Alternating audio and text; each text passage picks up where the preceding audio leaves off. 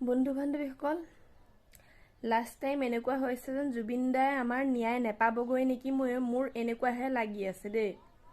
আজি এমাহে কমপ্লিট হ'ব হ'ল, আজিলৈকে কোনো উচিত সিদ্ধান্ত ল'ব পৰা নাই আমাৰ চৰকাৰখনে।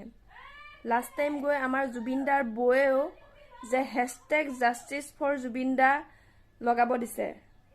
কি কথাত? আমাৰ অসমৰ সম্পদ আছিল জুবিন দা। আমি জুবিন দাৰ কাৰণে চৰকাৰৰ ওচৰত জাষ্টিছ ফৰ জুবিন দা লিখিব লগা হৈছে। লাষ্ট টাইম গৈ আমাৰ জুবিন দাৰ বৌয়েও, গৰিমা বৌয়েও হেছটেগ জাষ্টিছ লগাব দিছে জুবিন দাৰ কাৰণে। কি কথাত? আমাৰ চৰকাৰখন এনেকুৱা হৈ গ'লনে?